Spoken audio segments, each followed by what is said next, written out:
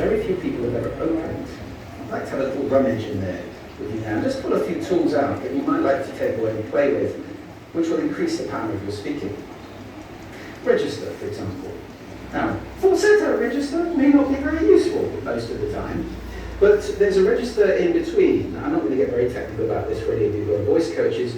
You can locate your voice, however. So if I talk up here in my nose, you can hear the difference. If I go down here in my throat, which is where most of us speak from most of the time, but if you want weight, you need to go down here to the chest. You hear the difference? We vote for politicians with lower voices. It's true. Because we associate depth with power and with authority. That's register. Then we have timbre. It's the way your voice feels. Again, the research shows that we prefer voices which are rich, smooth, warm, like hot chocolate. But if that's not you, that's not the end of the world, because you can train. Go get a voice coach. And there are amazing things you can do for breathing, with posture, and with exercises to improve the timbre of your voice. Then prosody. I love prosody. This is the sing-song, the meta-language that we use in order to impart meaning. It's route one for meaning in conversation. People who speak all on one note are really quite hard to listen to if they don't have any prosody at all. That's where the word monotonic comes from, or monotonous, monotone. Also, we have repetitive prosody now coming in, where every sentence ends as if it were a question, when it's actually not a question, it's a statement. And if you repeat that one over and over, it's actually restricting your ability to communicate through prosody, which I think is a shame. So let's try and break that habit.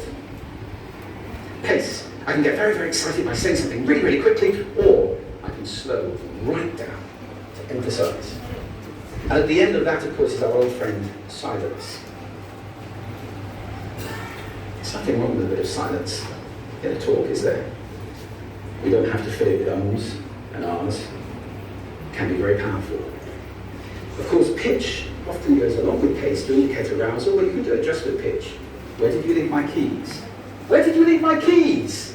It's a slightly different meaning in those two deliveries.